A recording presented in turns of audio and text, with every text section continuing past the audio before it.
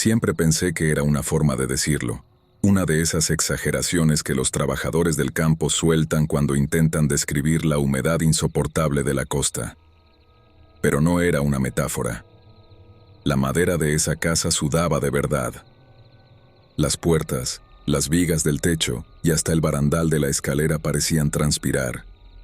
Si les pasabas la mano, los dedos te quedaban cubiertos de una sustancia pegajosa, densa y de un aroma perturbadoramente dulce, como si la estructura misma de la casa estuviera destilando un almíbar viejo y podrido. Volví a Veracruz únicamente para vender, pues mi abuelo murió el año pasado y me dejó esa hacienda azucarera como una herencia que nadie más en la familia quiso reclamar. Yo vivo en Querétaro y me dedico a la logística, así que no tengo recuerdos felices en ese lugar. De niño, solo fui un par de veces, y lo único que guardaba en mi memoria era el calor sofocante y la nube incesante de mosquitos que no te dejaba respirar. La propiedad se encuentra en una zona cañera profunda, en algún punto perdido entre Córdoba y la Antigua. El ingenio todavía funciona a duras penas, aunque ya no tiene la gloria de antes, pero la casa principal llevaba cerrada más de 15 años, desde que mi padre ordenó clausurarla tras la partida del último administrador. Cuando llegué, el portón estaba devorado por el óxido, aunque el candado era nuevo, puesto por el notario durante el inventario. Al abrirlo, el olor salió de golpe, golpeándome antes que el aire mismo. Era una mezcla de melaza vieja, madera hinchada y tierra húmeda, un aroma que recordaba a alguien dejando hervir azúcar hasta quemarla, para luego enterrarla bajo el suelo. Lo primero que noté fue el silencio absoluto. No era un silencio normal. Afuera el ingenio se escuchaba a lo lejos con su maquinaria golpeando el metal, pero dentro del perímetro de la casa, el sonido parecía apagarse, como si el patio tuviera la capacidad de absorber cualquier ruido del mundo exterior. Los trabajadores del ingenio, hombres mayores que habían servido a mi abuelo durante décadas, se acercaron a saludar con una cortesía cargada de cautela. Uno de ellos, Julián, me soltó un comentario que no supe procesar mientras me ayudaba a revisar los linderos del terreno. Me dijo que, ahí adentro, antes se hacía trato para que la caña no se secara, y cuando le pregunté a qué se refería exactamente, simplemente se encogió de hombros y respondió que trato es trato, sin volver a abrir la boca. Supuse que hablaba de brujería, algo común en esas zonas donde dicen que en tiempos de sequía se trabaja la tierra de formas poco claras. Yo no creo en esas cosas. Para mí, la caña se riega o no se riega. Punto. Sin embargo, la casa estaba peor de lo que imaginaba. El techo del segundo piso estaba colapsado en varias secciones. La pintura caía en placas gruesas y las ventanas, aunque tenían el vidrio intacto, estaban opacas por dentro, cubiertas por una película que parecía el rastro de alguien que hubiera respirado contra ellas durante años. Caminando por el patio trasero, tropecé por accidente con algo duro oculto bajo la tierra húmeda. Al escarbar con la punta del zapato, desenterré un frasco de vidrio de conservas antiguas que contenía algo que me revolvió el estómago. Eran uñas cortadas, de distintos tamaños y manos, algunas todavía con restos de un esmalte viejo y descascarillado. No era un frasco perdido al azar. Estaba sellado herméticamente con cera. Seguí escarbando impulsivamente y encontré más. Frascos con mechones de cabello atados con hilo rojo y dientes de leche envueltos en pedazos de periódico amarillento de los años 70. Todos estaban enterrados a la misma distancia de la pared trasera de la casa. No llamé a nadie ni hice escándalo, pues mi única intención era vender y marcharme, no abrir una investigación sobre las excentricidades de mis antepasados. Esa tarde decidí revisar el interior con más calma, sintiendo cómo el piso crujía bajo mis pies, con un sonido hinchado, como si la madera estuviera llena de líquido. En la cocina, los gabinetes estaban tan pegajosos que, al pasar la mano por una puerta, sentí esa capa fina de jarabe seco. Fue entonces cuando lo vi con claridad. La madera tenía pequeñas gotas transparentes brotando de su superficie, y no eran filtraciones del techo, sino que salían del propio material. La madera estaba sudando. A pesar de todo, decidí quedarme a dormir ahí para ahorrarme el hotel y terminar la evaluación rápido. Subí un colchón inflable al cuarto principal del primer piso, evitando el segundo por temor al techo colapsado. A las 11 de la noche, el aire era espeso y pesado, sin una pizca de brisa, y los pasos empezaron a escucharse cerca de la 1 de la madrugada, justo en el piso de arriba. No eran crujidos de madera vieja ni ratas corriendo. Eran pasos claros, lentos y deliberados. Lo que me erizó la piel fue recordar que arriba no hay un piso continuo, sino agujeros enormes donde el techo se vino abajo, zonas donde nadie podría caminar sin caer al vacío. Sin embargo, los pasos cruzaron de un extremo a otro y se detuvieron justo encima de mi cabeza.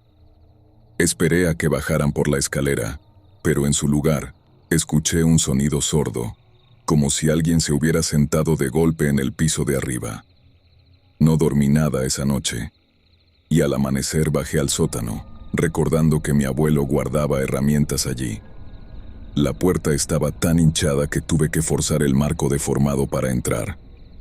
El sótano olía a tierra mojada profunda, y al fondo encontré una sección de ladrillos más nuevos, colocados con un cemento que no aparecía en ningún plano. Me tomó 2 horas romper esa pared con una barra de metal, solo para encontrar un cuarto pequeño, sin ventanas ni ventilación, que albergaba una silla fija al piso con placas metálicas. El suelo alrededor de la silla estaba marcado por rasguños profundos, como si alguien hubiera arrastrado las uñas con desesperación durante mucho tiempo. En la pared frente a la silla no había sangre ni huesos, sino una marca hundida en el revoque. Una silueta humana impresa con brazos exageradamente largos, que no coincidían con proporciones normales. No era humedad común. Parecía un molde, como si algo hubiera crecido apoyado contra esa pared durante décadas. A pesar del terror, me quedé una segunda noche por pura terquedad, cerrando la puerta del sótano con llave, pero a las 2 de la mañana escuché pasos arrastrados subiendo la escalera, un movimiento rígido, como si las piernas no supieran doblarse bien. La puerta de mi cuarto se abrió despacio, empujada por algo que se detuvo en el umbral. Bajo la luz de la luna, vi una figura de proporciones humanas, pero con brazos que le colgaban casi hasta el suelo. Su cabeza estaba inclinada en un ángulo imposible, y su rostro no tenía una expresión fija, sino que cambiaba levemente, como si la carne no supiera en qué posición quedarse. No entró. Solo se quedó observándome con un movimiento desfasado antes de girar el torso y bajar de nuevo al sótano.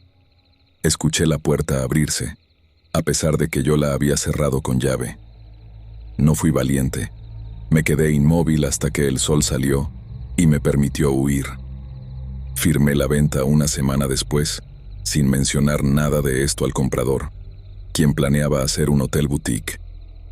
Meses después, me mandó una foto de una remodelación en el ático que yo nunca visité.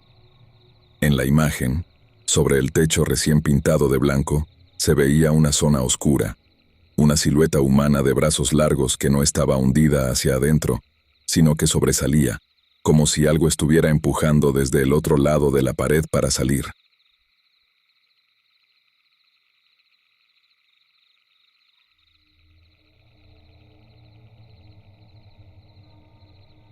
Yo nunca he creído en nahuales. Tengo 70 años, y toda mi vida la he pasado junto al estero, cerca de Catemaco, en esa zona de manglares donde el agua dulce se mezcla con la salada, y el aire siempre se siente pesado, cargado de sal y de secretos. Aquí uno aprende a distinguir muy pronto lo que es un cuento de viejos para asustar turistas y lo que es un peligro real, palpable, de esos que te hielan la sangre porque no tienen una explicación lógica. El agua del estero es oscura, casi negra cuando el cielo se nubla, pero no es por suciedad, sino por un fondo lodoso y profundo que parece tragarse la luz. Tú miras hacia abajo y no ves absolutamente nada, ni tus propias manos si las metes hasta la muñeca, y eso siempre lo supe. Pero lo que ignoraba es que esa misma agua también puede tragarse el sonido y regresarte lo cambiado, como si estuviera procesando tu propia identidad en el fondo del fango. La primera vez que escuché mi nombre surgiendo desde la orilla pensé que era algún pescador gastando bromas pesadas, porque aquí la voz viaja de forma errática entre los mangles. Se distorsiona y a veces parece que viene de un lado cuando en realidad está en otro totalmente opuesto. Pero esa vez no fue una distorsión física, era mi propia voz, exactamente mi voz, con la misma entonación, mi manera tan particular de pronunciar la letra R y la cadencia que uso cuando llamo a alguien a cenar. Estaba solo en la orilla, revisando una red mientras el sol se ocultaba y la neblina empezaba a bajar desde la laguna. En ese momento el estero se queda muy quieto, como si el agua se tensara esperando algo. Y cuando escuché esa voz, no sentí miedo sino un enojo profundo, pensando que alguien estaba burlándose de mi vejez. Contesté gritando hacia la oscuridad, preguntando quién andaba ahí, y la voz me respondió desde otro punto, más lejos, con el mismo ritmo pero con un espacio entre palabras que se sentía artificial, como si alguien estuviera repitiendo una frase en un idioma que no termina de comprender.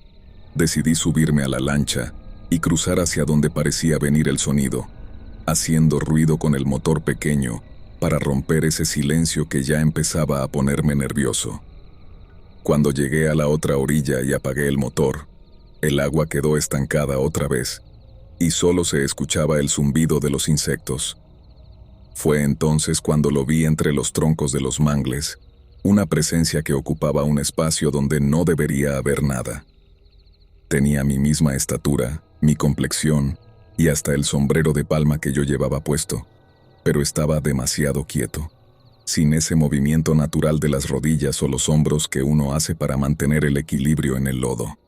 Levanté la mano derecha para saludar con ironía y la figura levantó la suya medio segundo después, en una copia desfasada que me apretó el estómago. Cuando bajé la mano, la cosa tardó un instante en reaccionar y su codo se dobló hacia afuera, antes de acomodarse, como si estuviera calculando en ese preciso momento cómo funciona una articulación humana. Entendí que algo andaba muy mal cuando vi que esa cosa no parpadeaba, manteniendo una mirada fija y vacía en medio de la neblina que me impedía verle los rasgos con claridad. Di un paso hacia atrás y la cosa dio un paso hacia adelante, pero lo hizo sin que el agua se moviera, sin el sonido del lodo succionando las botas, sin una sola salpicadura. Reté a la figura diciendo mi nombre en voz alta, y ella abrió la boca, pero el sonido no salió de su cabeza, sino que pareció vibrar en el aire 1 metro por detrás antes de acomodarse en sus labios. No era un nahual, porque los nahuales toman formas de animales. Esto estaba aprendiendo a ser yo, estudiando mi reacción y moviendo sus extremidades con un retraso grotesco, como un muñeco articulado mal armado. De pronto, se dejó caer hacia atrás en el agua negra y desapareció sin hacer una sola ola, como si el estero lo hubiera absorbido sin resistencia alguna, dejándome solo con el sonido de mi propia respiración acelerada.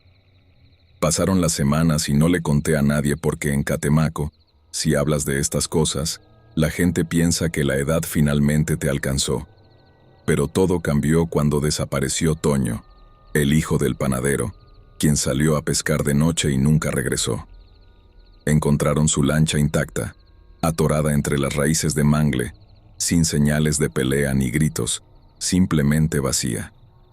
La noche después de eso, mientras yo cerraba la puerta de mi casa, escuché que alguien me llamaba desde la cocina, desde adentro de mi propio hogar.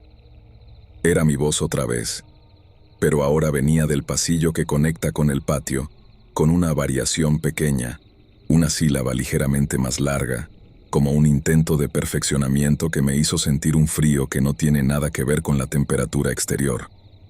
Caminé hacia el pasillo sin prender la luz y noté que el olor de la casa había cambiado.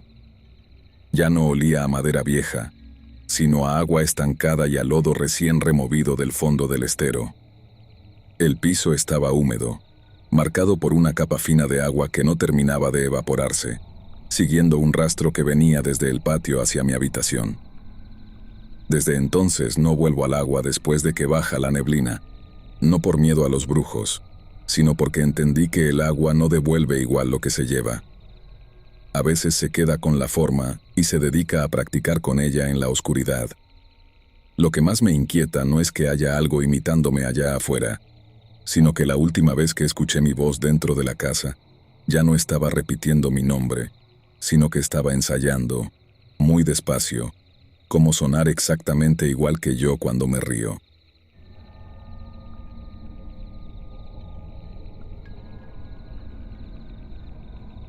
Esto ocurrió cuando trabajaba repartiendo comida en la zona de Atizapán, en el Estado de México. Eran como las 11:30 de la noche de un martes. Esa zona es pesada porque hay muchas colonias nuevas que construyen en los cerros. Son fraccionamientos que a veces dejan a medias o que están casi vacíos porque la gente todavía no se muda. Son puras calles de concreto hidráulico, todas iguales, con casas que parecen cajas de zapatos repetidas hasta el infinito. Me cayó un pedido de una cadena de hamburguesas. La dirección me mandaba a lo más alto de un cerro, a un desarrollo que se llama Lomas de algo. No me acuerdo bien. El chiste es que conforme iba subiendo con la moto, la iluminación se ponía peor. Pasé la caseta de vigilancia, pero no había nadie. La pluma estaba levantada. Seguí las indicaciones del GPS por calles que no tenían ni una sola luz prendida en las casas. Era puro silencio, y ese olor a cemento fresco y tierra removida que tienen las obras negras. Llegué a una cerrada, una de esas calles que terminan en círculo. El GPS me marcó que ya había llegado, pero la casa frente a la que me detuve no tenía ni un foco prendido. Estaba totalmente a oscuras. Apagué la moto y el silencio me pegó en los oídos. Saqué el celular para marcarle al cliente, pero antes de que pudiera picarle a la pantalla, vi que la puerta de la casa se abría un poco. No salió nadie. Solo se quedó la puerta entreabierta. Pensé que el cliente me había visto llegar y me estaba esperando adentro. Me bajé, agarré la mochila térmica y caminé hacia la entrada. «Buenas noches. ¿Traigo el pedido de una orden doble?», dije desde el marco de la puerta. Escuché unos pasos que venían desde el fondo del pasillo. Era un sonido seco, como de alguien caminando descalzo sobre el piso de cemento pulido. Una figura se asomó desde la oscuridad de la sala. Era un tipo joven, de mi edad más o menos. Llevaba una sudadera gris y unos jeans. Lo raro es que no traía zapatos. Se quedó parado a unos 2 metros de mí, pero no se acercó a la luz de la calle que apenas entraba por la puerta. «¿Traes el pedido de una orden doble?», me preguntó. Su voz era idéntica a la mía. No parecida, era mi misma voz, con el mismo tono de cansancio que yo traía después de 10 horas de turno. Me quedé helado. Pensé que me estaba remedando, que era una broma de mal gusto. «Sí, son 245 pesos», le dije, tratando de sonar firme. «Sí, son 245 pesos», repitió él. Pero mientras lo decía, noté que su boca no se movía al ritmo de las palabras. Su mandíbula bajaba y subía de forma mecánica, como si estuviera masticando algo duro, mientras el sonido de mi propia voz salía de su garganta de forma fluida. Me fijé en sus ojos. En la penumbra se veían demasiado grandes, como si no tuviera párpados, o como si se los hubiera cortado. No parpadeó ni una sola vez. Le extendí la bolsa de la comida, pero él no estiró las manos. Se quedó ahí parado, mirándome fijo. De repente, su cuello hizo un crujido, un sonido como de ramas secas rompiéndose, y su cabeza se inclinó hacia el hombro izquierdo hasta que la oreja tocó la clavícula. «¿Quieres propina?», me preguntó con mi voz, pero esta vez el audio salió un segundo después de que su boca hiciera el gesto. En ese momento mi instinto de supervivencia se activó. No esperé el dinero. No dije nada. Solté la bolsa en el piso, me di la vuelta y corrí hacia la moto. Mientras me subía y le daba marcha, Escuché que la puerta de la casa se abría por completo. No quise voltear, pero por el espejo retrovisor vi que el tipo salía a la banqueta. No salió caminando. Salió a gatas, pero con el cuerpo hacia arriba, como un puente humano, moviendo las extremidades de una forma violenta y errática. Me salí de esa cerrada como pude. Casi me estampo contra un poste en la primera vuelta. No dejé de acelerar hasta que llegué a la avenida principal donde hay una gasolinera y luz.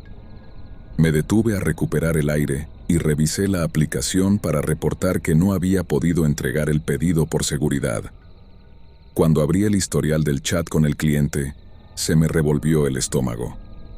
No había mensajes anteriores de «ya voy» o «estoy afuera». Había una serie de mensajes escritos por el cliente mientras yo iba subiendo el cerro que yo no había escuchado sonar.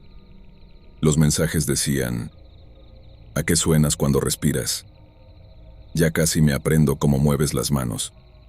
No apagues el motor. Borré la aplicación esa misma noche y nunca volví a repartir comida. Lo que más me da miedo no es lo que vi en esa casa, sino que a veces, cuando estoy solo en mi cuarto y suelto un suspiro o me río de algo, escucho un eco muy bajito que viene de debajo de mi cama. Es un eco que suena exactamente como yo, pero que todavía no sabe cuándo tiene que detenerse.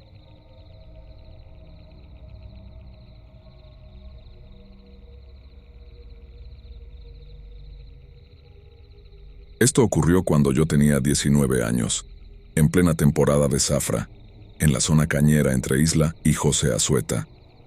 No es una historia de fantasmas ni de cosas raras en el monte. Es peor, porque todo lo que pasó lo hicieron personas normales. En ese tiempo yo necesitaba dinero urgente para pagar la universidad, así que acepté trabajo temporal pesando camiones de caña en un rancho que surtía a un ingenio grande de la región. El turno era de noche porque la molienda no se detenía. Mi trabajo era simple: anotar placas, verificar peso en báscula y entregar recibos. Nada peligroso. El rancho era enorme, pero la parte operativa se reducía a una caseta de lámina junto a la báscula, un galpón donde dormían algunos cortadores y la casa del administrador, que quedaba a unos 100 metros, aislada entre árboles. Alrededor, puro campo plano y oscuro. La primera semana fue normal. Camiones entrando y saliendo, olor a caña quemada, hombres cansados bromeando para no dormirse. Pero desde el inicio, noté algo raro con ciertos cargamentos. Llegaban siempre después de las 3 de la mañana. No eran muchos, quizá 1 o 2 por noche. No traían el mismo tipo de caña. Estaba más húmeda, más pesada de lo habitual, como si la hubieran cortado demasiado temprano o la hubieran almacenado en sombra. El chofer casi nunca era el mismo, pero el acompañante sí. Un hombre alto, muy delgado, de unos 40 años. No hablaba mucho. Solo observaba mientras yo anotaba el peso. Siempre se quedaba demasiado cerca, mirando la báscula como si desconfiara de que yo supiera sumar. Una madrugada, mientras imprimía el recibo, escuché algo dentro del remolque. No era el crujido normal de la caña acomodándose. Fue un golpe seco. Después otro. Le pregunté al chofer si traía algo mal acomodado. Me dijo que no, que la carga estaba bien. El acompañante me miró fijo y sonrió apenas. Fue una sonrisa corta, automática, sin expresión real. Me dijo que a veces los tallos revientan por presión. No volví a preguntar. Con el paso de los días, empecé a notar que esos camiones no se dirigían directamente al ingenio después de pesarlos. Tomaban el camino lateral que lleva hacia una parte más vieja del terreno, donde antes había bodegas abandonadas. Yo sabía eso porque una vez tuve que ir por papelería y pasé cerca de esa zona. Estaba oficialmente clausurada. Una noche, alrededor de las 4, el camión de siempre llegó más tarde de lo habitual. Lloviznaba y el terreno estaba lodoso. Mientras subía a la plataforma para revisar que la carga estuviera dentro de los límites, escuché claramente un sonido que no era vegetal. Un quejido, no fuerte, no dramático, Un sonido ahogado, corto. Me quedé quieto sobre la estructura metálica, tratando de convencerme de que había sido el viento entre las hojas. Entonces, vi algo moverse debajo de la capa superior de caña. No como cuando un animal pequeño se esconde. Fue un desplazamiento lento, horizontal, que recorrió casi 1 metro antes de detenerse. Bajé sin decir nada. Firmé el recibo con la mano temblando apenas. El acompañante notó algo en mi expresión. Me preguntó si todo estaba bien. Le dije que sí. Esa madrugada no pude concentrarme. Esperé a que regresaran por el siguiente viaje, pero no volvieron. Al terminar turno, en vez de irme directo al cuarto donde dormía, caminé hacia el camino lateral por donde se habían ido. No tenía intención de enfrentar a nadie. Solo quería confirmar que estaba exagerando. Avancé unos 100 metros hasta que vi luces apagadas entre los árboles. No eran luces fuertes. Eran destellos breves, como linternas cubiertas con la mano. Escuché voces, no conversaciones normales.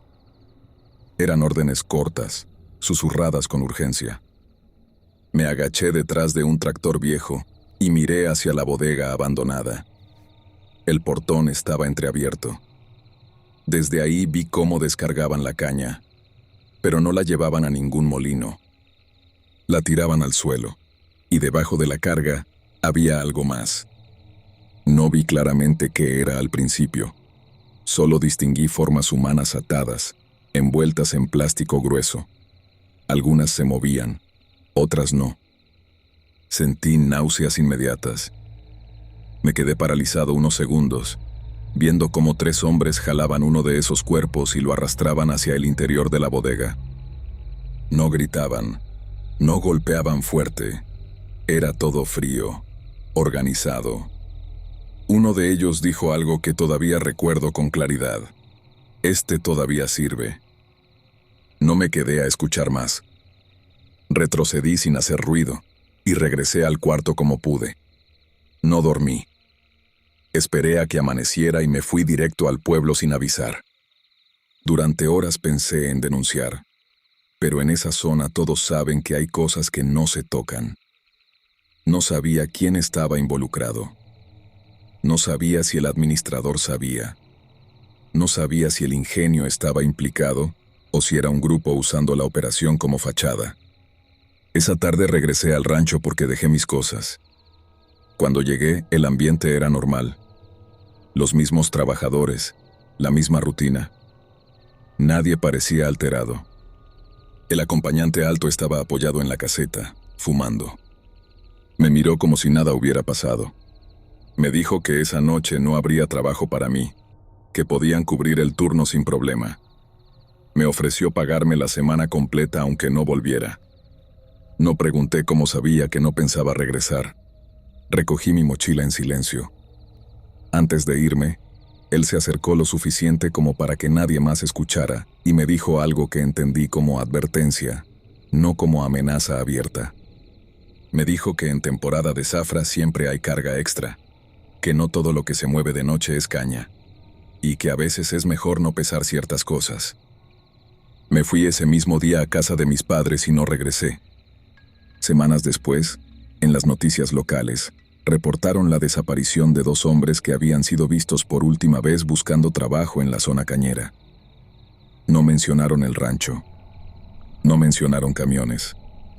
Nunca volví a pasar por ese camino, pero cada temporada de zafra, cuando huelo caña quemada, me acuerdo del sonido bajo la carga. No era imaginación, no era viento. Era alguien respirando debajo de toneladas de tallos. Y lo peor no es que existiera esa operación. Lo peor es lo fácil que fue integrarla a algo cotidiano. Camiones entrando y saliendo, básculas funcionando, recibos firmados. Todo legal en apariencia. Si yo no hubiera subido esa noche a revisar la carga, seguiría creyendo que el campo solo produce azúcar. Ahora sé que también puede ocultar otras cosas. Y lo hace sin que nadie note la diferencia.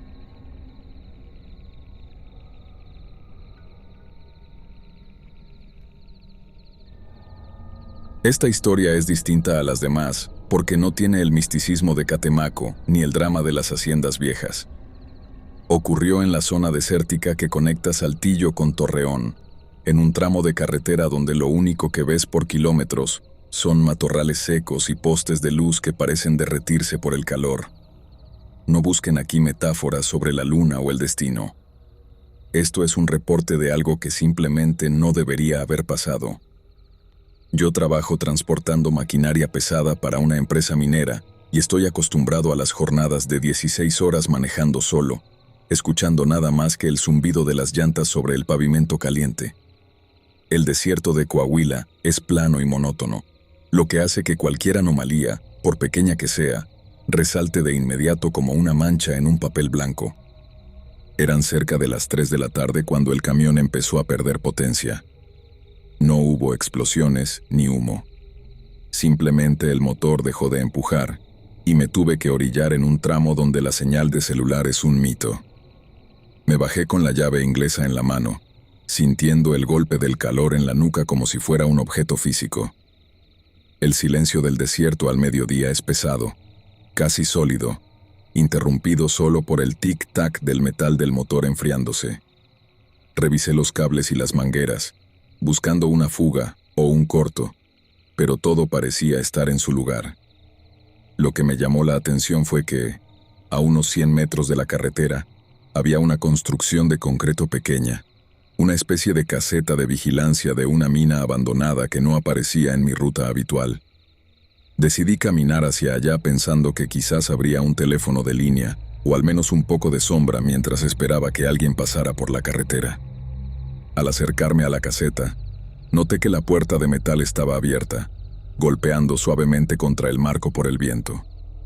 No había nadie afuera, pero sobre una mesa de madera vieja había un radio de comunicación de los años 90, de esos grandes y grises, que estaba encendido. Solo emitía estática, un ruido blanco constante que se mezclaba con el sonido del viento. Me asomé a la ventana y vi a un hombre sentado de espaldas en una silla de oficina desvencijada. Llevaba una camisa de uniforme similar a la mía, de color caqui, y una gorra roja. Le hablé desde afuera para no asustarlo, preguntándole si tenía forma de comunicarme con la base o si sabía cuánto faltaba para la siguiente estación de servicio. El hombre no se giró de inmediato. Se quedó mirando hacia la pared de concreto durante unos segundos, que se me hicieron eternos, antes de responder con una voz que sonaba exactamente como si estuviera hablando a través de un tubo de PVC. «Faltan 40 kilómetros para la estación, compañero», dijo el hombre, pero no se dio la vuelta. Se quedó ahí, con la espalda rígida, y noté que sus hombros no subían ni bajaban al respirar. La frase fue clara, pero la pronunciación fue demasiado limpia, como si estuviera leyendo un manual técnico. Le agradecí y le pregunté si podía usar su radio para pedir una grúa. Fue entonces cuando el hombre se levantó. Su movimiento fue extraño, como si las articulaciones de sus rodillas y su cadera no estuvieran conectadas por músculos, sino por cables tensos que daban tirones. Se giró hacia mí y, aunque tenía rostro, algo en su cara me hizo querer retroceder hacia el camión de inmediato. Sus ojos eran demasiado redondos y no tenían párpados visibles. Eran simplemente dos esferas oscuras que parecían grabadas en la piel. «¿Quieres usar el radio para pedir una grúa?», repitió el hombre. Usó mis mismas palabras, con mi misma entonación de cansancio, pero lo hizo un segundo después de que yo terminara de procesar su aspecto. Mientras hablaba, su mandíbula se movía de forma independiente al sonido, como si el audio y la imagen estuvieran desfasados en una película mal editada. No había sudor en su frente a pesar de que estábamos a 40 grados, y su piel tenía una textura mate, parecida al cartón o a la ceniza prensada. Me di la vuelta y empecé a caminar rápido hacia la carretera, tratando de no correr para no disparar el instinto de lo que sea que fuera esa cosa. Escuché que el hombre salía de la caseta. Sus pasos en la grava no sonaban como botas, sonaban como golpes de madera seca contra el suelo. Tac, tac, tac. Cuando llegué al camión, me subí y cerré los seguros con el corazón golpeándome en la garganta. Miré por el retrovisor y vi que la figura de la gorra roja estaba parada en medio del camino de tierra, observándome. Lo que me hizo arrancar el motor, que milagrosamente encendió al primer intento, fue ver cómo esa cosa empezaba a cambiar de forma. No se convirtió en un animal ni desapareció en una nube de humo. Simplemente, su torso empezó a alargarse y sus brazos descendieron hasta tocar el suelo, mientras su cabeza se inclinaba hacia atrás hasta que pudo verme con los ojos invertidos. Empezó a correr hacia el camión, pero no lo hacía en línea recta, sino con espasmos laterales, como un insecto que intenta imitar la marcha de un humano. Manejé los siguientes 40 kilómetros sin mirar atrás, con el pie a fondo en el acelerador y el sudor nublándome la vista. Al llegar a la gasolinera, no le dije nada a nadie. Me limité a revisar el camión y seguir mi ruta hasta Torreón. Esa noche, en el hotel, no pude dormir. Me puse a revisar las grabaciones de la cámara de tablero de la cabina, esperando ver que todo había sido una alucinación por el calor. En el video se ve claramente cuando me bajo del camión y camino hacia la caseta. Pero lo que me dejó frío fue el audio. En la grabación, cuando yo estoy lejos de la cabina, se escucha que alguien se sube al asiento del pasajero. Se escucha el crujido del asiento y luego, una voz idéntica a la mía susurra muy cerca del micrófono de la cámara. Ya casi me sale la voz, solo me falta el parpadeo.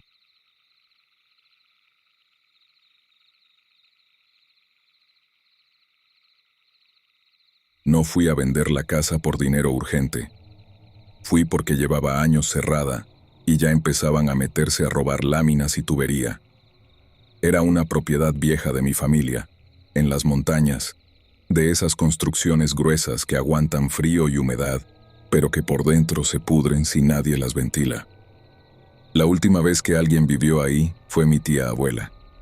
Murió sola. Los vecinos la encontraron porque empezó a oler raro. Después de eso, la casa quedó cerrada casi 12 años. Yo no tenía ningún apego emocional. De niño fui una vez, y lo único que recuerdo es la niebla entrando por las rendijas y el sonido del agua escurriendo por las tejas. Para mí era solo un trámite. Limpiar un poco, tomar fotos, firmar y listo. Lo que no esperaba era que todo estuviera demasiado conservado. No hablo de muebles intactos. Hablo de detalles pequeños. Un vaso en la mesa con una marca de agua relativamente reciente. Un plato en el escurridor que no tenía la capa gruesa de polvo que sí tenían los demás. La cama tendida en uno de los cuartos, no perfectamente, pero sí como si alguien la hubiera acomodado hace poco tiempo. Lo primero que pensé fue que alguien se estaba metiendo a dormir ahí. No sería raro. En pueblos pequeños, una casa cerrada es tentación. Revisé puertas y ventanas. Todas tenían seguro por dentro. Las cerraduras no estaban forzadas. El polvo en los marcos estaba intacto. No había huellas evidentes en el piso. El clima en esa zona es húmedo casi todo el año. La madera se hincha. Las paredes se manchan. Pero había zonas donde la humedad parecía localizada, como si alguien apoyara el cuerpo siempre en el mismo punto. En la sala, una parte del sillón estaba más aplastada que el resto. En la cocina, una sección del piso tenía el barniz gastado en forma semicircular, como la marca que deja a alguien que se para siempre en el mismo lugar. No era dramático, eran detalles. La primera noche decidí quedarme porque el pueblo está a 20 minutos y no quería bajar y subir 2 veces al día con la neblina cerrada. Encendí una lámpara, cené algo sencillo y me senté en la sala a revisar documentos viejos. El silencio ahí no es total. La montaña tiene sus propios ruidos. Agua cayendo lejos, algún perro, viento golpeando lámina. Pero esa noche había algo diferente. Una sensación constante de que el sonido no rebotaba igual dentro de la casa, como si hubiera algo absorbiendo parte del eco. Cerca de medianoche escuché pasos en el pasillo. No crujidos aislados, pasos con peso, lentos, de alguien que no tiene prisa. No me asusté de inmediato. Pensé que alguien sí se había estado metiendo y regresó sin saber que yo estaba ahí. Tomé la linterna del celular y salí al pasillo. No había nadie. Lo que sí noté fue que el piso estaba ligeramente más tibio en una franja que iba desde el cuarto del fondo hasta la cocina. No caliente, solo menos frío que el resto de la madera. Apagué la linterna y me quedé unos segundos en silencio. Entonces escuché algo más leve, casi imperceptible. El sonido de alguien respirando por la nariz, muy cerca. Giré rápido. Nada. El pasillo estaba vacío. Volví a la sala con la incomodidad instalada. No miedo, todavía no. Más bien esa sensación de que algo no está cuadrando. Dormí poco. Varias veces en la noche me despertó la impresión de que alguien caminaba por la casa. No golpes fuertes. Más bien cambios sutiles en la presión del aire, como cuando alguien pasa junto a una puerta y el ambiente se mueve apenas. A la mañana siguiente revisé mejor. Encontré algo que no estaba antes. La puerta del baño estaba cerrada. Yo la había dejado abierta, no porque tenga mala memoria, sino porque recuerdo claramente haberla dejado así para ventilar. La abrí despacio. El espejo estaba empañado. No había vapor en el resto del baño, ni en la ventana, ni en las paredes. Solo en el espejo, como si alguien hubiera respirado frente a él hace segundos. Esperé que el empañamiento se disipara. Cuando empezó a aclararse, vi algo que me dejó inmóvil. No era un mensaje escrito. No había palabras. Era una zona limpia en medio del vaho, con forma de frente y nariz. Como cuando alguien apoya la cara contra el espejo y deja su silueta. La altura no coincidía exactamente con la mía. Era apenas más alta. No llamé a nadie. No soy alguien que salte a conclusiones raras. Me repetí que la humedad hace cosas extrañas, que los cambios de temperatura generan condensación irregular.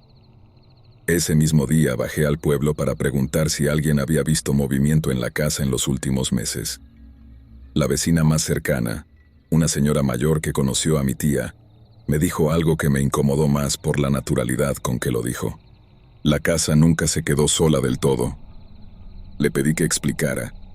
Me dijo que algunas noches, cuando la niebla baja, se ve luz filtrándose por las rendijas, que asumían que algún familiar iba a revisar, que una vez tocaron la puerta porque pensaron que había visita, pero nadie abrió.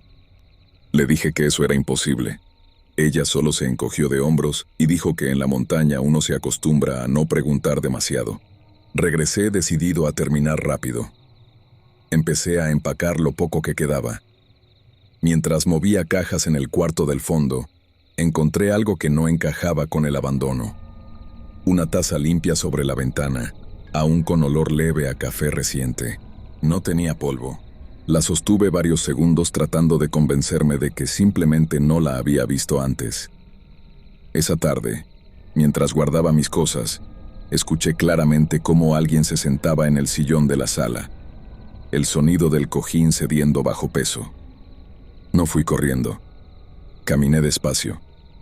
El sillón estaba vacío, pero el asiento tenía una hendidura fresca, como si alguien se hubiera levantado segundos antes.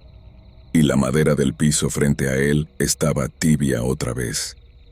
Esa fue la última noche que pasé ahí. No porque viera algo imposible. No porque una figura se apareciera en la puerta. Me fui porque entendí algo más simple y más difícil de explicar. La casa reaccionaba a mi presencia. No estaba abandonada. Estaba ocupada de una forma que no depende de puertas ni ventanas. Firmé la venta semanas después. No mencioné nada porque no tenía nada concreto que decir. Todo lo que pasó tiene explicación individual. Humedad, corrientes de aire, sugestión. Lo que no puedo explicar es lo que ocurrió 3 meses después, cuando el nuevo dueño me llamó para preguntarme si yo había dejado a alguien viviendo ahí. Me dijo que la casa no parecía vandalizada, ni forzada, pero que cada vez que se iban por varios días y regresaban, encontraban detalles mínimos cambiados. Una silla movida, Una taza en otro lugar. La cama del cuarto del fondo ligeramente hundida. No me pidió consejo. Solo quería saber si yo sabía algo. Le dije que no. Esa misma noche soñé con la casa. No fue pesadilla. Fue algo más extraño. Soñé que caminaba por el pasillo y que, al final, antes de llegar a la cocina, había otra puerta que no recordaba. En el sueño la abría, y dentro no había nadie. Pero el cuarto estaba tibio, como si alguien acabara de salir.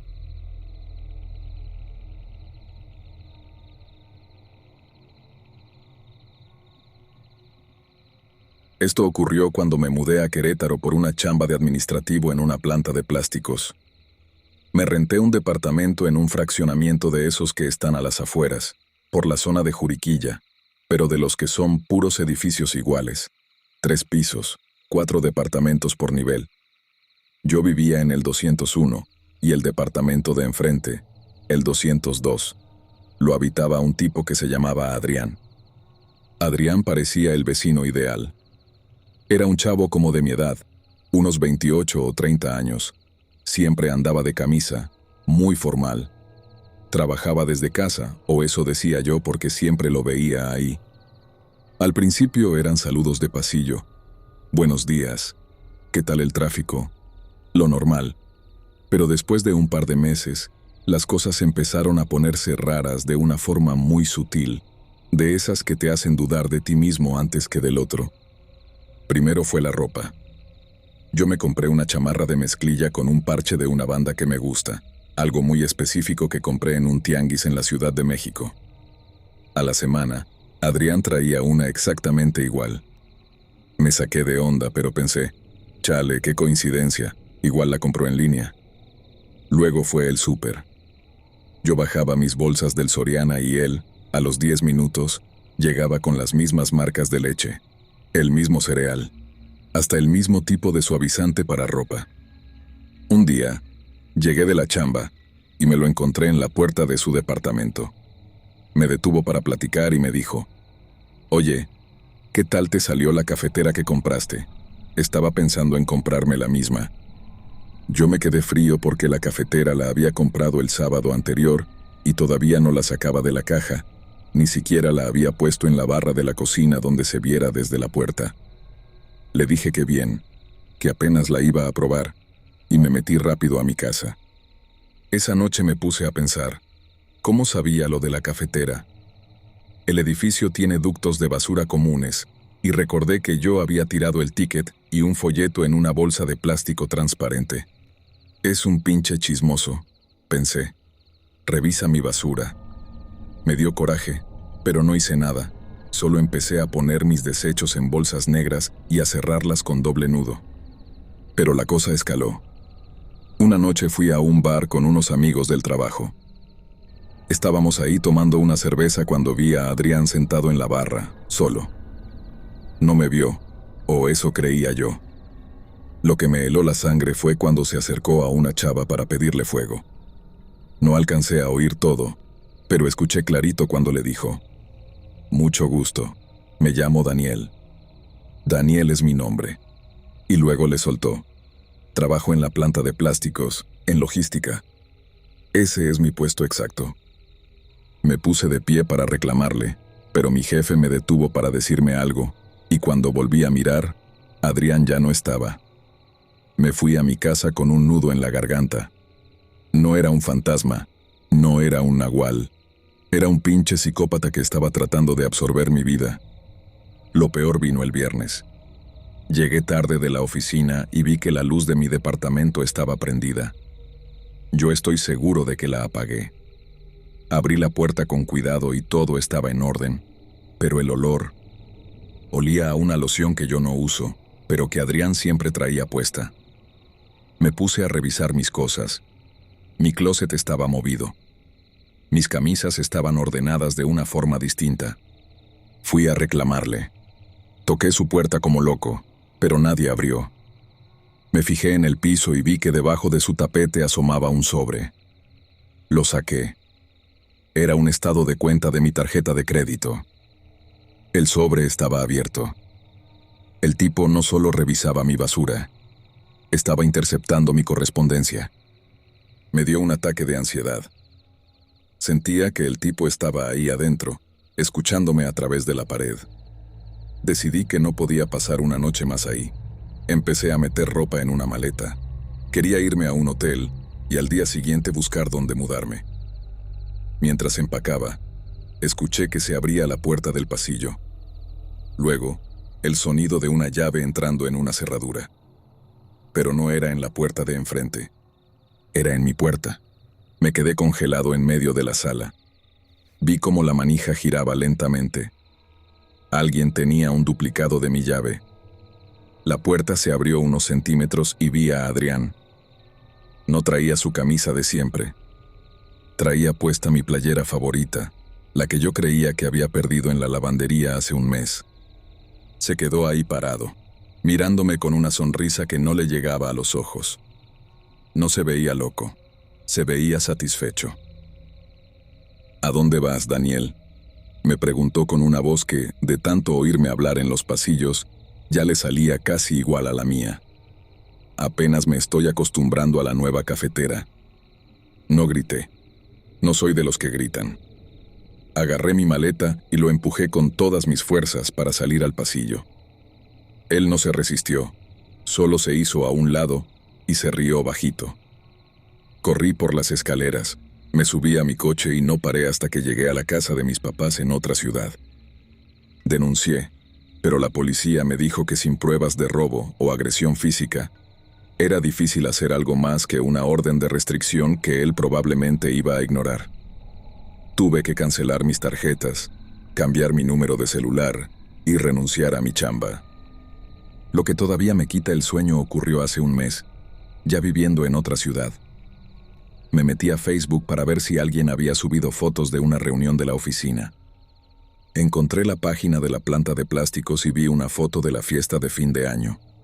Ahí, en medio del grupo de administración, estaba él. Llevaba mi gafete. Todos sonreían a su lado. El pie de foto decía, Daniel, del área de logística, recibiendo su reconocimiento por puntualidad. Él no es un monstruo de leyenda. Es solo un tipo que decidió que mi vida era mejor que la suya y, con suficiente paciencia, simplemente se sentó a esperar a que yo la soltara para quedársela a él.